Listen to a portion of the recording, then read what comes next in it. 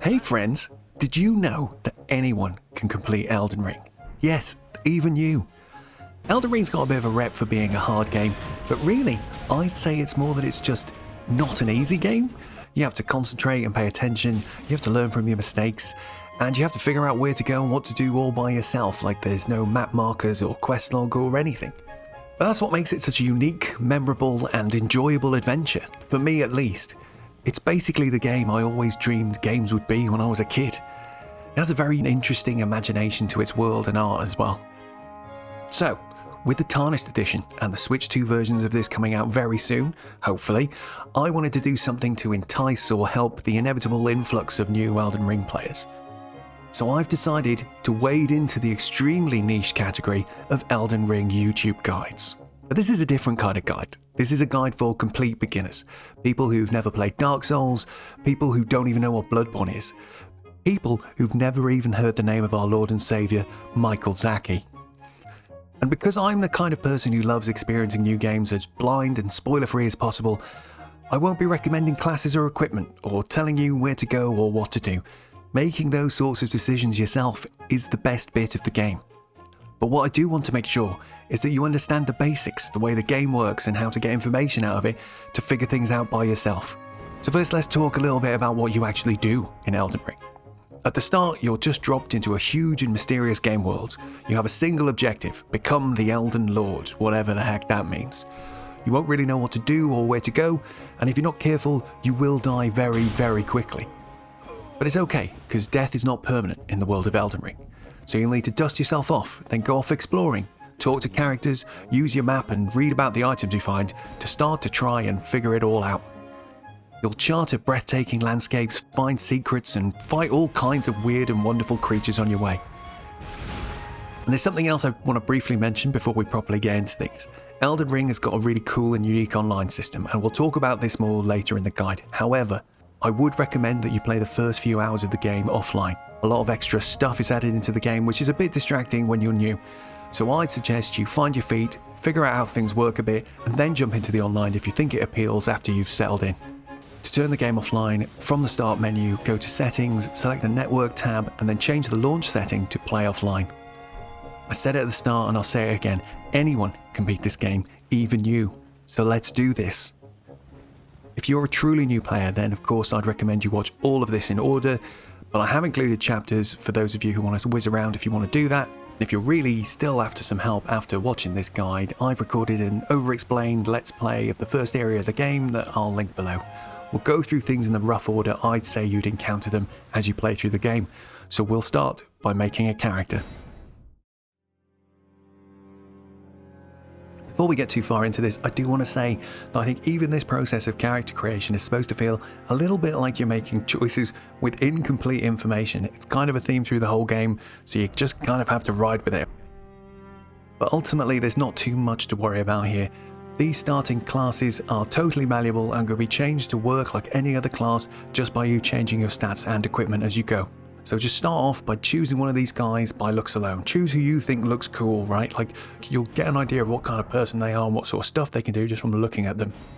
So pick a character, we come through to this next screen. Here you can change the look of your character and some other stuff, but I just want to highlight a couple of things. You can click on this origin option here and this lets you look at the classes again, but it does give you a little text description which gives you a little bit more information about each of the classes.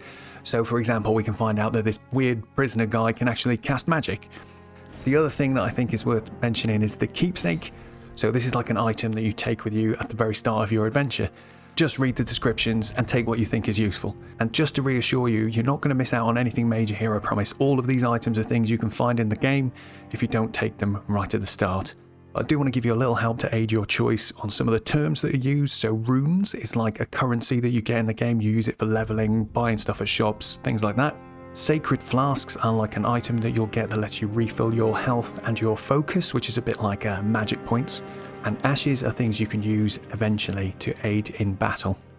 Once you're all set, hit that button at the bottom and let's start the adventure. So I think the best way for me to cover the basics is to essentially use the game's opening and tutorial as a basis, and I'll add on a few details as we go through where I feel they're useful.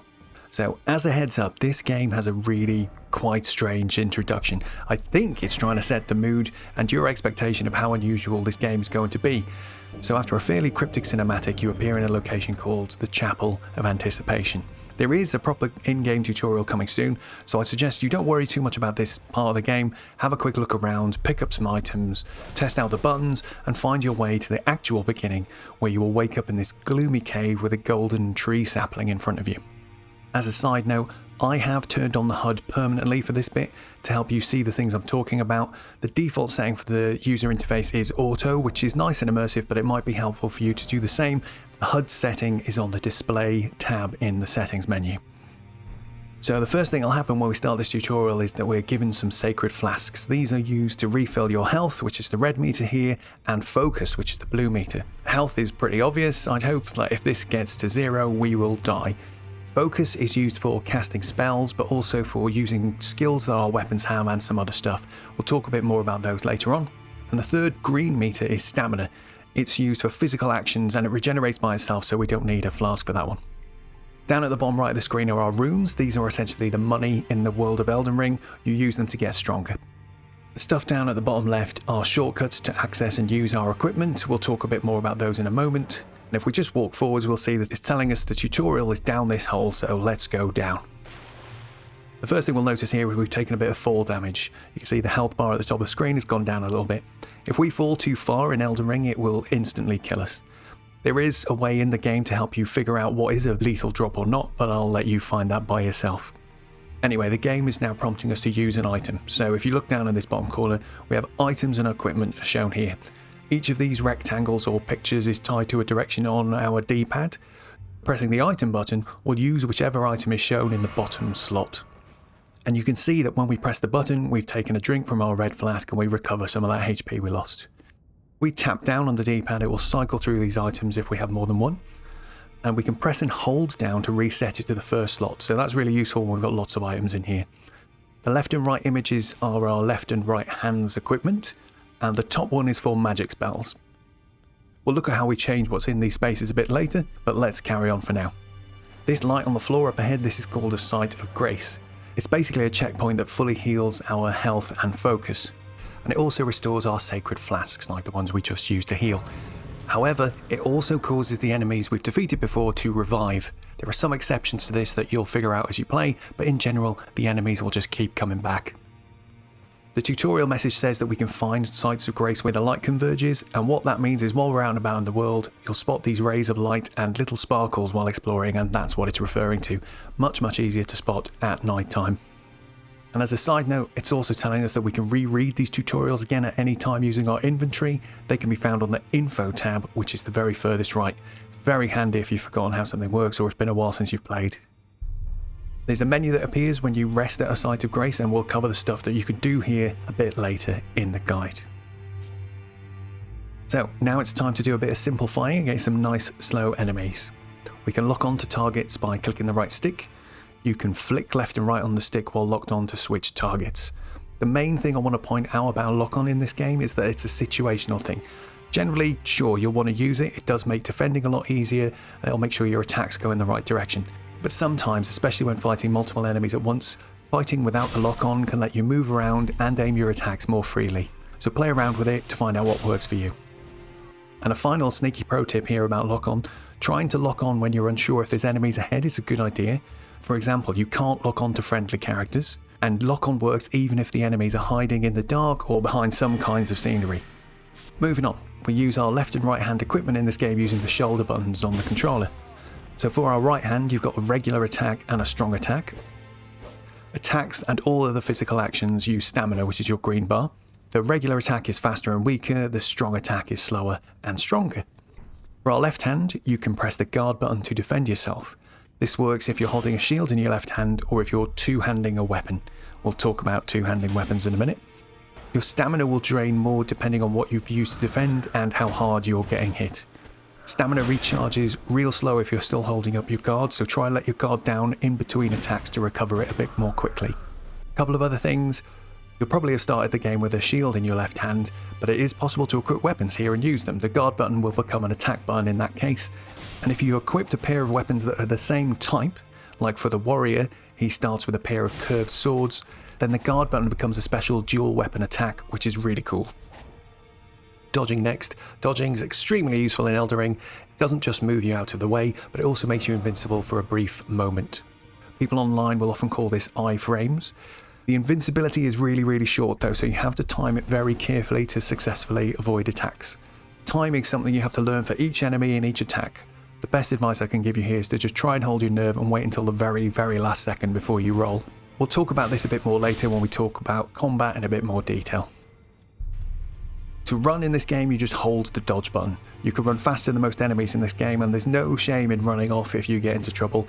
And another pro tip is to run through an area you've already cleared before if you don't want to fight all the enemies again.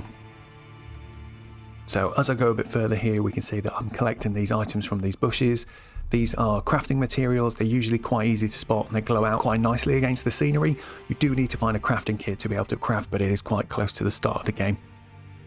So the message here is telling us that we can equip up to 3 armaments in each hand at once and toggle between them, but I don't think that's a really good idea, especially at the beginning of the game. It makes us heavy and slows us down, and we'll talk a bit more about that in the equip section a bit later. But the main thing to concentrate here is on two-handing our weapons. Basically this increases the damage we do, and it does some other stuff like increase our stats, and we'll talk about that a little bit later as well. But the two-handed increased damage means we're more able to break the enemy's guard. So if you just think about it, they have the same sort of stamina system that we do, so you can knock those shields away with a two-hand attack and get yourself big damage with a critical attack by just walking up and pressing regular attack once they're vulnerable. If you're finding the input to two hands quite tricky to do reliably, you can do it by holding the interact button first and then pressing the shoulder button. You can even hold shields with two hands and use them as weapons, which is pretty cool. Skills are probably one of the most poorly explained bits of the tutorial, I think. Pressing the skill button does the skill that's named in the bottom left corner of the screen. Most of the armaments you find in the game will have skills, and you will find ways to change or remove them as you go through the game. One thing to point out, if your left hand armament has a skill, it'll take priority over the right hand armament. So as an example, if we look at my guy here, at the moment I can do a skill called parry, which is the shield skill. So if I want to use my right hand skill, I have to either change my left hand equipment or I have to two hand my right hand weapon. And now you can see the name's changed, and if I press the skill button, I'll do a different action. Skills all work differently. Some do an attack, some cast spells, others put you in a stance that changes your regular and heavy attacks. There's a lot of variety. Most skills in the game will drain your focus points, the blue meter, but not all of them do. If you want to find out more info about the skills, you can go into the equipment screen and look at your armaments. So we can see the focus points used is listed here as FP use. And if we press the switch display mid button, which is shown at the bottom of the menu, we'll get a more detailed description of the item, which includes the skill info right at the bottom here. So next, let's talk about stealth. Stealth in this game is pretty simple, and I would encourage you to use it as much as possible while you're learning. Picking off enemies one at a time is a very good strategy and helps you avoid getting swamped. Sneaking up behind an enemy and pressing the regular attack button will get you a critical attack. You don't have to be crouching for this, you can stand up as well. Another pro tip, you can hold the dodge button while crouched to move faster, and all the types of bushes and long grass you see in the game will essentially make you invisible as long as you're crouching. The enemies in Elden Ring have very simple behaviours that you can take advantage of. If they stop their patrol or their default animation and they look towards you and maybe draw their weapon, that's them indicating that they've seen something. If you hide immediately, they'll probably go back to what they were doing and forget about it, but if you wait a little bit longer in sight, they'll decide to start walking closer for a better look. And what they will do here is they'll walk to exactly where you were stood. If you hide after they've started walking, you can usually circle around or wait for them to give up looking and then take advantage. And just some other things of note, like the enemies can hear you as well as see you. The different types of enemies have different ranges for sight and hearing. And the weather and time of day also affects enemies' perception. So, for example, in the rain they can't hear as well, and in the night they can't see as well. Next, the tutorial tells us about stance breaks. So these are like a really powerful technique that helps you land more critical attacks against enemies. Every enemy essentially has an invisible stance meter. It's not exactly the same, but just think of it like another stamina bar. Every time you land a hit, it is drained. If you wait too long, it fills back up. If you land enough hits to empty the bar, the enemy will be stance broken, and then you can get a free critical attack on them. The moves that are effective at this are jumping attacks, charging attacks. To do a charge attack, you just hold the heavy attack button, and guard counters are also really good, and we'll talk about those in a sec. But I do want to just point out regular attacks are really not very effective at breaking stance, so it is something you're going to need to use heavy attacks for. Just a quick note on what happens when you die next. So when you die in Elden Ring, you're revived at the last site of grace that you visited. But if you're near a statue of Marika, you get to choose whether to spawn at the grace site or at the statue. They can be quite hard to spot, the statues, but we can tell if we're near one by looking for this icon that's shown under our bars at the top of the screen. This thing in front of us here is like a fog wall. These are often placed in the game as gates before you enter a boss room or another tricky situation. And sure enough, here we go into a boss room. This named health bar at the bottom of the screen is what lets us know that this is a boss. So the final bit of tutorial we get now is about guard counters, and they are really good. As a new player, I highly recommend you use them a lot. How it works is you need to wait with your guard up until you've taken the impact of an attack, then press the heavy attack button. You can tell when you've done it right, it makes a specific noise and it does a huge amount of stance damage. You'll often get a critical very easily on the early game enemies. However, do need to be careful because although it works very nicely in the early game, before long you'll need to use it a bit more carefully. Some enemies will keep attacking even when you block, or they'll be able to hit you before you manage to hit them with your guard counter. Also keep an eye out because some enemies can guard counter you, so watch out for that. If you're very smart, you can guard counter their guard counter and feel like a boss. So at this point the tutorial in the game is finished and you'll be back at the start, so the last thing I just want to point out here is that the end of this little outcrop is a pickup. So all the pickups and items in Elden Ring look like these strange little white lights, so make sure you keep an eye out for those as you progress through the game. But that's it, now it's time to head up these stairs, out that door and out into the world. Good luck, friend. So coming out into Limgrave, the first area of the Lands Between, is a little bit overwhelming. Like if we just run in a circle around the building that we've come out of, there is so much stuff in all directions. And let me tell you, like this game is so much bigger than it first appears. So how on earth do we figure out where to go? One thing we can do is look for the Guidance of Grace. So that's these beams of light that appear out of the sites of grace sometimes. It draws a direct straight line to our next objective as determined by the gods of this world. And right next to this site of grace here, we can see that we've got a character to talk to. So why do we ask them about it? Quick side note about talking to characters in this game, make sure you talk to them until they repeat themselves to ensure you hear everything they've got to say. And if you run into a familiar character that you haven't seen for a while, always stop to say hello because they might have new stuff to talk about. Anyway, from talking to Varry here, like what he's saying sounds a bit bleak, right? Like nothing in the world of Elden Ring is black and white or clear cut. So following this light, this guidance of grace is up to you really. Though I would recommend you follow the first few. They guide you through what I feel is like the intended first few hours of this game. But they're good to come back to if you're ever unsure of where to go next. It can put you back on track and point you towards the bigger dungeons and more fearsome enemies that you'll find in the game. Having said that, if you're only just starting, you're probably not feeling prepared to go and take on something fearsome just yet.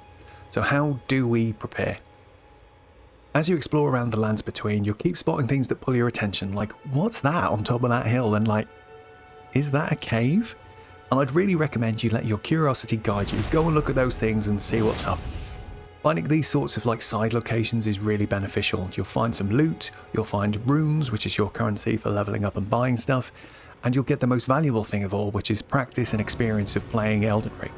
The only thing I'd warn against is to just try and keep your bearings. The map is huge and it's easy to get a bit lost or lose track of where you've already been.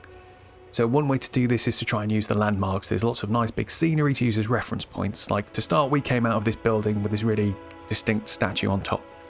You know, we can see there's a building in the distance there, looks a bit like a church. There's these large towers and bridges, so just keep an eye on your surroundings as you explore to track where you are in relation to some of those bigger landmarks. Another way you can keep track of where you've been is to use the in-game map. Now it seems a little bit rubbish at first glance, but you can use it to place markers and icons, these little green discs, that could be used to track where you've been, or you might want to mark where there's a tough enemy you want to come back to later, or maybe there's a treasure you couldn't figure out how to reach. You can also place these waypoint beacons. These are super useful. You can put up to 5 on the map and then they show up to you in the game world as these blue beams of light. These are most useful once you've got a proper map and you're starting to mark out points of interest you notice. But how do we get a proper map? So when you first come out and you look at your map, it's very brown with not much detail except for these sort of roads. And as you move around, more and more will get filled in. If you stick to the roads, you'll find steelies. Yes, I had to Google that word as well. But you'll find steelies along the path which hold detailed maps for each region of the Lands Between. Once you've got a detailed map of a zone, you can really zoom in and look for details.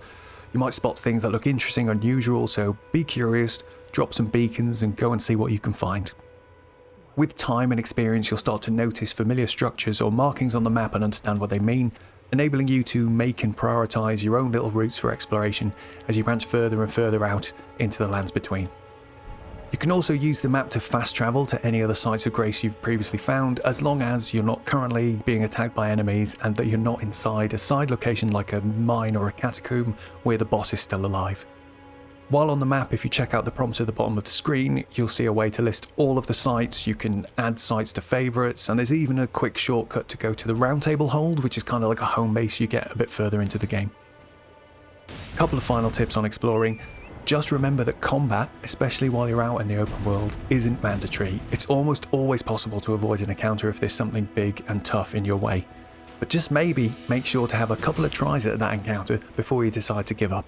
We'll talk a little bit more about how to get better at combat later in the guide. So hopefully, using what we've discussed so far, you're out and about in the world, exploring locations and finding some stuff. But how do you use this stuff? It's time for us to have a look through some menus. How exciting. First pro tip, always look at the bottom of the screen in any of the menus in this game. There are button prompts there, so try them all out, figure out what they do, get familiar with things. The in-game help does a pretty good job of explaining things, especially if you make use of the explanation option that's available on most of these screens, but I still think there's a bit I can do to help you get your head around some of this information.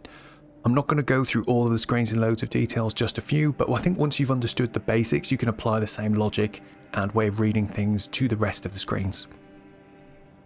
So first off, if we press our main menu button, we'll open this menu around the edges of the screen. Now I think this is done on purpose to illustrate that there's no pause in the game. It continues to run even when you're in the menu, so make sure you're in a safe spot before you do any tinkering. First, let's talk about the pouch at the top right. This is very handy. It lets you assign up to 6 items that you can quickly access by coming into this menu and picking them. But the best thing is that the first 4 slots correspond to D-pad directions, which you can just see in the corner of the images. So to use these, you need to hold the interact button, and then you'll see your slots at the bottom left change, which shows you the quick exit items. So you can then press the corresponding D-pad direction and you're good. On the other side of the screen is a regular style menu with various options. Spend a bit of time here clicking in and out of these as you play. There's a lot of useful stuff here. So next, let's have a look at the equip menu. So this is what you use to change what your character is holding and wearing and ready to use while exploring. On the left hand side of the screen you can see various slots. Some of them will already have stuff in depending on the class you chose at the start. As you move the cursor around with the D-pad, you'll see the name of the slot change at the very top of the screen. So we've got things like left and right hand weapons, types of arrow, armour, talismans, and then these quick access items at the very bottom. If you click into one of these slots, you'll be shown a list of items that you're allowed to use in that slot.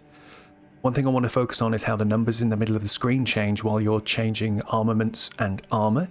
So red numbers is a negative change, blue numbers is a positive change, and you can click the right stick here to see a more direct comparison of before and after values if you want. You can use the help button and then select explanation to move your cursor around, and it'll explain a bit more about each of these terms. We'll talk more about the stats in the leveling part of this guide, but for now I'd just like to mention a few tricky things you might not realise. So near the top of the screen is the FP cost for the weapon skill. Sometimes this is nice and straightforward. For example, this weapon's charge skill just uses 16 FP. But other times there will be several numbers here. These vary in meaning, but typically it'll be because the skill changes your regular or heavy attacks, so you'll have 2 values, or maybe it has other properties that drain FP over time. For armaments, the attack power here shows 2 numbers. The one on the left is the basic damage amount, and this can be followed by a positive or negative symbol and then another number. This is your attack bonus. This number is based on 2 things, the attribute scaling below, and then whether you meet the attributes required. So attribute scaling is like a letter grading system for bonus damage that's based on your main stats. The ranks go from A through to E, with A being the best and E being the worst, and there's also an S which is bizarrely above A. The higher the rank, the more the point value of the related stats will contribute to the bonus damage in the attack power section. Attributes required shows the minimum stat level you need to be able to use an armament effectively. You can equip things without meeting the stat requirements, but they'll just either flat out not work or they just won't be very effective. For example, if we equip a weapon we don't have the stats for, you'll see we'll get a negative attack bonus. The only exception on these attribute requirements is for strength. When you two-hand a weapon, it'll effectively increase your current strength stat by 50%. So as an example, if you have a weapon that needs 15 strength, but you only have 10 strength, you wouldn't be able to use it one-handed, but two-handing it would work. None of the other stats work like this, to be clear, it's just strength. The last thing worth mentioning on this screen that's a little bit tricky to work out is the equip load. It shows as numbers down here. Maximum equip load is driven by your endurance stat.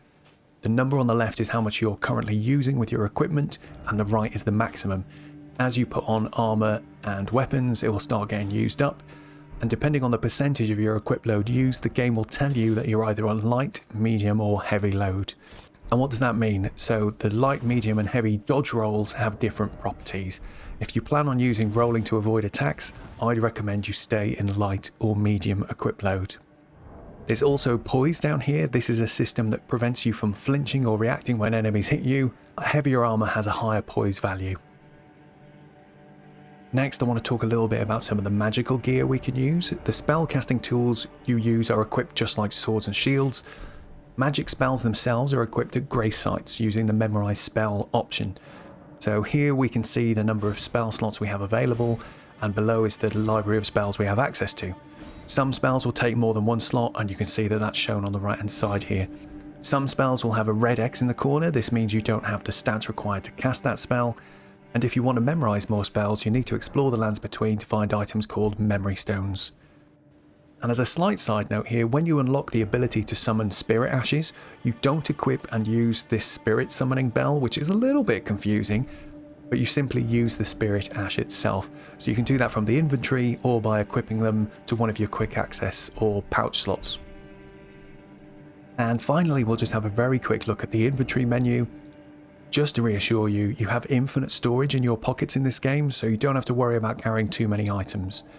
The inventory is split into tabs. The first one is recent, which is very useful if, like me, you're out and about exploring and you just press the button without looking at what you've picked up. The other tabs break down the items into categories like consumables, upgrade materials, etc. You can use consumables directly from this inventory screen if you want. The only other thing of note here, I think, is the ability to switch the center part of the screen to show you more information about the item you've selected in the list. Sometimes you will get clues or other information that will help your adventure, so make sure to check it out when you can. Well, there we go, that's it for now, I think. The TLDR for this section is, if you're unsure, remember that there's an in-game explanation option. You should be able to figure things out yourself by looking at that and experimenting a bit. There are lots of different ways to get stronger in Elden Ring. And we're not going to go through everything here because I'd like to keep some of the surprises for you, but some of these screens are a bit complex at first glance, so just as before with the equipment, let's talk about some of it, and I think that'll give you the tools you need to figure out the rest.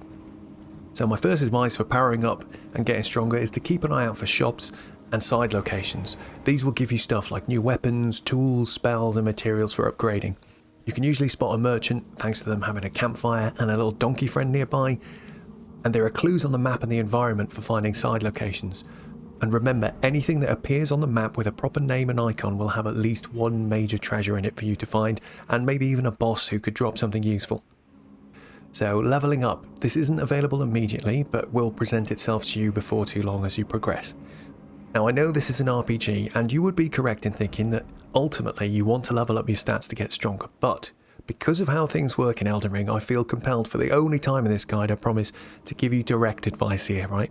So the stats are split into two categories. You have resource stats, so these are Vigor, Mind and Endurance. These stats primarily govern how big the bars are at the top of the screen. Then you've got ability stats, Strength, Dexterity, Intelligence, Faith and Arcane. These are primarily used to gate your ability to use equipment. These stats all do some other minor things as well, and you can see that by using the help explanation if you want to have a read. But the advice I want to give is, don't spend levels in too many of the ability stats early in the game. And sure, like if you want to level your strength a bit, so you want to use a cool axe you found, or maybe you found some magic stuff and you don't have enough intelligence or faith for it, cool, spend the points to be able to use equipment because experimentation is good. But please don't be tempted to spend level ups to get more damage, at least not until later in the game. It's much better and more efficient to upgrade your armaments at the smithing table. If you look at the bang for buck, you get a lot more damage out of an upgrade at a smithing table as opposed to upgrading your strength or dexterity. And as you go through the game, you will find a way to redistribute your points later, so it's possible to really specialise if you find something that makes you want to completely change your character later on. And in terms of stats, I really can't recommend enough that you primarily level Vigour and your health before anything else. And the reason I say this is because it just makes it a lot easier for you to survive in fights. It gives you more time to learn the attacks, gives you more time to heal, or more time to even just run away. And again, like I've said already, there are caveats here that only you will be able to make the call on. If you're a spellcaster and you're running out of focus a lot, of course you'll want to level up mind for some extra FP. The health is really so important. I'd honestly try to get it to about 40 points before anything else, maybe even 50. So the TLDR is, concentrate on leveling Vigour before everything else, and only put points into your ability stats if you want to try out new gear and new spells. Anyway, just a little bit more on how leveling up works. Make sure to look at the screen carefully. You'll see the improving stats, they'll be shown in blue, but try and pay attention to how much they go up. At the lower levels, the gains to stats should be really noticeable and big each time. But after a while, there will be points where you notice the increase slows down a bit, or even gets really low, or even stops entirely. And that's the point at which it's probably not worth putting too many more points into that stat, unless you've got nothing better to spend them on. Next, flasks. So throughout the adventure you'll find ways of increasing the number of charges for your flasks, the amount they restore, and even a whole new kind of flask if you're a very diligent explorer. There's not much I want to cover here except to tell you that you can do this while you're sitting at the site of grace, and it very handily puts a dot next to the menu item if you've got the required materials, so you know when it's time to level it up. So smithing and upgrading weapons. There is a smithing table very close to the start of the game. I hope you found it. If you didn't, go back to where you started and follow that first guidance of grace. Now the smithing screen does look a bit bewildering at first, but thankfully the systems are actually pretty simple, especially compared to the older games if you played any of those. So let's just run through the layout real quick. Your runes are shown at the top here. All upgrades will cost money. This grid works just like your inventory. There's tabs at the top, and the rune cost for each upgrade is shown beneath the portrait. Above the grid is a little bit of text which shows us what kind of upgrade material we need, the quantity needed, and the amount we have in our inventory. All the smithing stone types have a rank, which is this number in the square brackets, so try and read these names as smithing stone rank 1, for example. All of this stuff over on the other side just shows us then how the weapon will change if we upgrade. So if we look at these arrows, we can see the sort of before and after values. Attributes that will change are shown in blue, and it won't just be damage numbers. The attribute scaling will improve, and sometimes other aspects might improve, like the guard boost can go up on a shield. And as a side note on attribute scaling, sometimes it'll show improvement even though the letter is the same. Please don't sweat this too much, it's just because behind the scenes the letters are actually representative of like a range of numbers. It's still getting slightly better even if it does say it's changing from C to C. So, Ashes of War next. These do two things. They allow you to change an armament's skill, and then they also let you change an armament's affinity, which is something that affects the damage type it can do and the attribute scaling. The screen for this is almost identical to the smithing screen. First you choose a weapon, and then you're prompted to choose an ash. You can change this central panel to read about what the skill does. Once you've selected one, you then are prompted to select an affinity. So these are a little bit confusing at first, so I'm using an example with a late game character to help it make a bit more sense. So like I just said, the affinities affect the damage type and scaling. So there are physical and magical affinities. Physical affinities don't change the damage type, they just affect the scaling. So for example, you can use the heavy affinity type to change a weapon's scaling to be more based on strength. And magical affinities change the scaling and the damage type. So for example, you can add a sacred affinity, which changes the scaling to be more based on faith, and it will add some holy damage to your attacks. You don't need to remember all of this stuff. You can see the effects shown in the numbers as you highlight and try out the different options. At the start of the game, you'll only really be able to use the affinities that are tied to the skills. So for example, I've just picked up this bloody slash skill, but it only lets me choose normal or blood affinity when I'm applying it and nothing else. But as you progress the game, you'll find these items called wet blades, which will then allow you to chop and change and use different affinities on different skills and mix them up however you like. As a final note, I'd really recommend you try out as many Ashes of War as you can. They have really cool effects that sometimes aren't quite apparent just from reading the descriptions. And I think that's probably enough for now. Like I said, there are other ways to get stronger in the game and expand your abilities, but I'm going to leave those for you to discover. With the skills you've learnt from the tutorial and this guide so far, you're probably finding the fighting goes one of two ways. On the one hand, you're killing enemies in 1 or 2 hits, or maybe you just guard counter them to death. Then on the other hand, there are these guys who just never seem to stop hitting, or they manage to hit you before you guard counter them, or they knock your shield away really quick, or they don't get interrupted when you hit them and then suddenly you're the one dying all the time. Like, what the heck's up with that? So I'll chat you through some of my approach to figuring out tough encounters. So first off, don't just run in and start the fight. Try getting their attention, maybe with a ranged attack of some kind. You can craft throwing daggers, but you can even throw these little stones if you don't have anything else. Lure them to a location that you feel is safe. Doesn't have to be really far away from where they started, just far enough that you can avoid other nearby enemies or patrols. Keep your shield ready and try to watch how they move before they attack. Most of the enemies only have a handful of attacks, and they'll all be animated fairly distinctly, and you're trying to figure out the times when it's your turn to fight back. So you need to learn the tells. So if he lifts his sword high above his head, what happens next? If he's holding it out to the side, what do you need to be ready for? You also need to learn what the attacks look like. Do the attacks bounce off your shield? How many attacks does he do in a row? What does the final attack look like? And you also need to try and pay attention to things like which attacks are too risky to guard. Like, is it safe to guard an entire attack chain? Does this really big swing knock your shield away straight away? And now, don't get me wrong, this is a lot of information to try and process. Like, there's no way you can learn all of it straight away, but maybe focus on 1 or 2 parts at a time to try and find a way to retaliate. Like, can you guard counter or maybe even parry that last hit of his attack chain? Maybe you need to roll through the really big attack to make sure you don't lose all of your stamina. And as a side note, try not to get into a habit of rolling backwards. A lot of enemies will have moves that are specifically designed to catch you doing that. Try going forwards or to the side instead. Additionally, try your best not to spam roll. It's easier said than done at the start, but try to keep your cool, watch for the right time to press the button. You can even roll when you've been knocked down and are waiting to get up off the floor. Having said all of this, you don't always need to roll.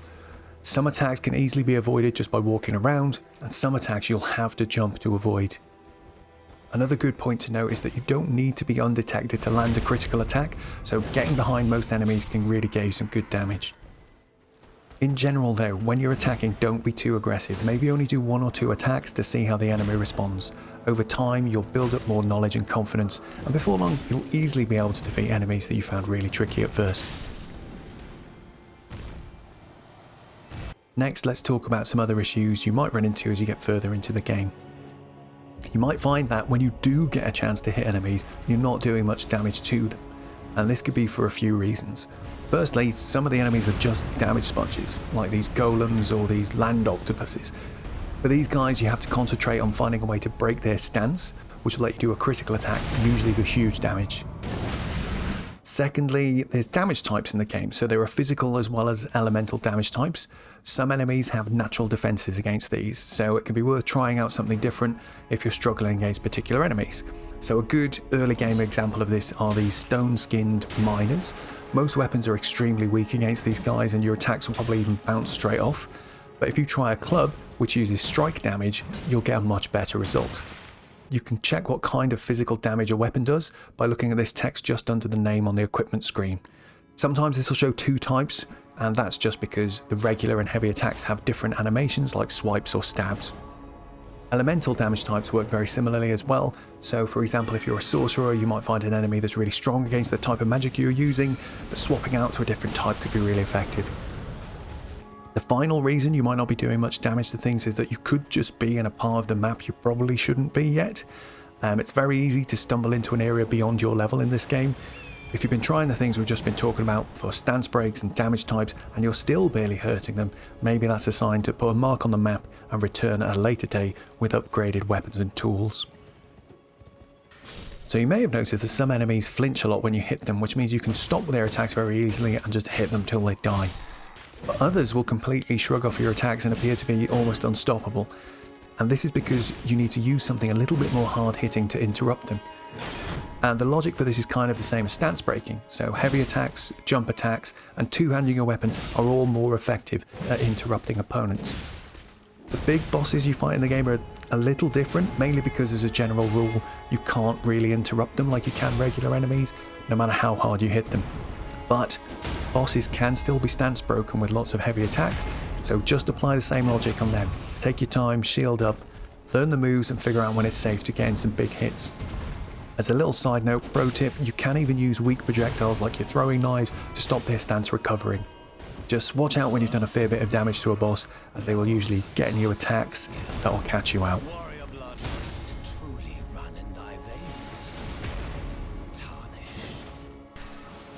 So if you've played the game for a while, you've probably come across some status effects.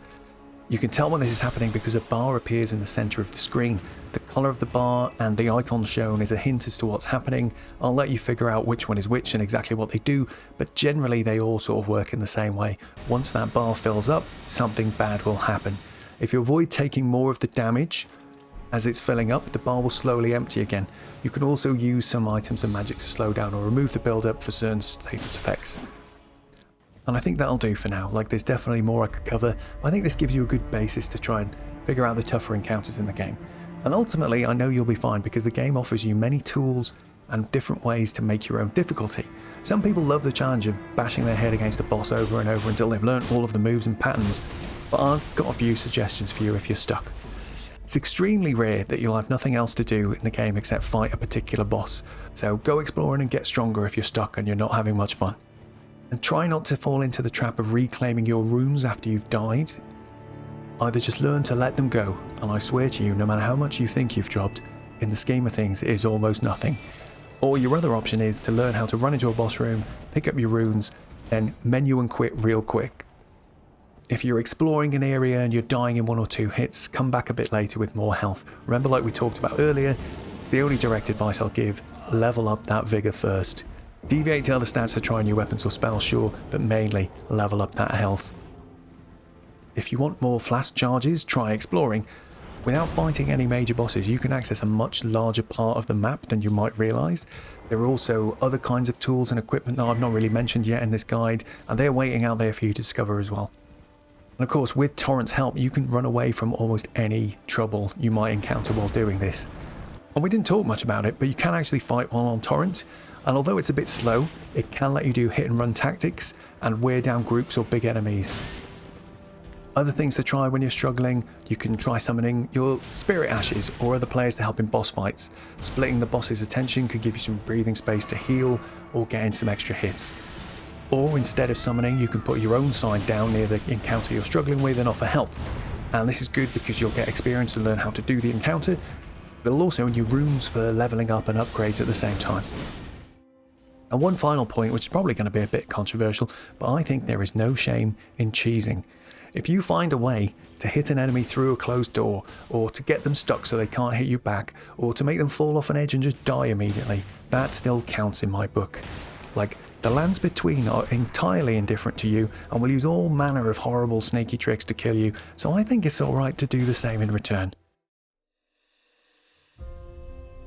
So way back at the start, I recommended you avoid playing online for the first few hours, and I stand by that. Like, I think the noise it adds to the game is a bit distracting while you're still learning the basics. But I definitely recommend turning it on once you've got a bit of confidence, as it does add to the vibes of the game in a really cool way. And I definitely wouldn't have found some of the secrets in the game without the helpful messages some players left for me. But at the same time, I have definitely wasted hours of my life trying to break through falsely labelled illusory walls. Anyway, there's a whole bunch of different ways to do multiplayer in Elden Ring. We're just going to talk about a few aspects of it today, basically the ones you'll have access to from close to the start of the game. Once you've got your head around these, you'll be capable of figuring out how the rest works, especially if you remember that you can just read the descriptions of the items in the inventory. First up, we'll talk about messages. So you'll notice these white stone looking things on the floor. These are messages from other players. You can leave messages yourself as long as you've picked up the tarnished wizened finger item from the opening of the game. You can use the shortcuts shown at the bottom of the screen to change the format of the message you want to add. It's a little bit annoying, like the words and the phrases aren't really in any sort of sensible order, but have a look through, you can get quite creative with it.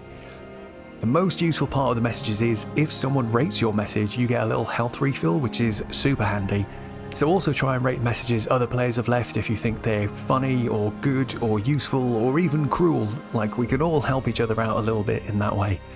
There is a limit on how many messages you can write, and they'll start overwriting each other as you go, so if you have a particularly popular one, make sure to favourite it using the messages screen to keep it safe. Next, summoning help. So to summon help, the first thing you'll need to do is use a thing called a Furl Calling Finger Remedy. These are items you can buy or craft fairly easily. Using one makes it possible for summon signs to appear.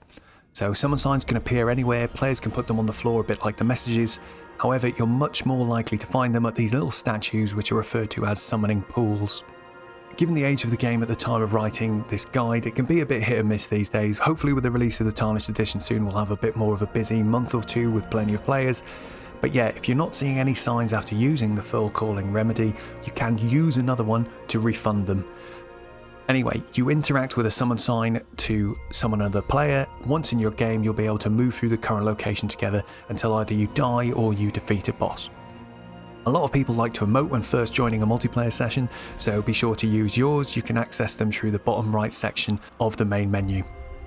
One thing to note is that the bosses get increased health and are harder to stance break when you've summoned help, so that doesn't matter whether it's an NPC or an actual player, and this defense boost increases the more players you've summoned, so bear that in mind. Personally, for me, the sweet spot is a single player summon, but it can be fun getting a big group of 4 together sometimes.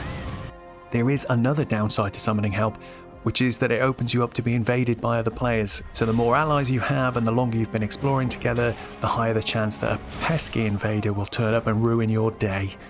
So try and be prepared for that. Putting your own sign down and offering help can be a good way to earn some runes for leveling and help you learn some of the harder encounters. You can put your sign down anywhere you like using the Tarnished Furled Finger, which will put the sign where you're currently stood. Other players that are close to your level in terms of stats and weapon upgrades will eventually be able to see your sign in their world and interact with it to summon you. A simpler approach is to use the small golden effigy, which will automatically put your summon sign at the summoning pools you've activated throughout the world. You can usually find them near grace sites or boss rooms. Just make sure to actually use the statues so that you see this message that says summoning pool activated. It's easy to forget and run straight past them. You can also find them sometimes in the overworld near tricky locations or field bosses. Whichever way you've chosen, carry on exploring and playing your game as normal. You'll get a notification on the screen when someone summons you to join their world.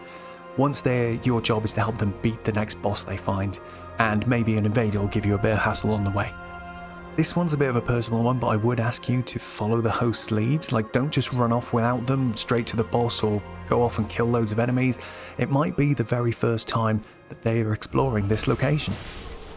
Oh, and one final thing I almost forgot about the summoning pools is you can turn them on or off from the map screen. There's a button for map menu, and from there you can select summoning pool list and turn them on and off. Very handy if you're fed up of getting summoned to a particular location over and over. Finally then, we're just going to talk a little bit about passwords and groups. So the online in Elden Ring is mainly geared around matching you with strangers, but you can use a password to match with more specific players. So for example, if you have a group of friends and you want to help each other out through different parts of the game, you can use the multiplayer password, which will limit summoning to only those people using the same password. Bearing in mind though that this only affects summon signs and doesn't affect invasions. The group passwords are interesting. What this means is things like messages, bloodstains, etc. will be prioritised for those sharing the same group passwords.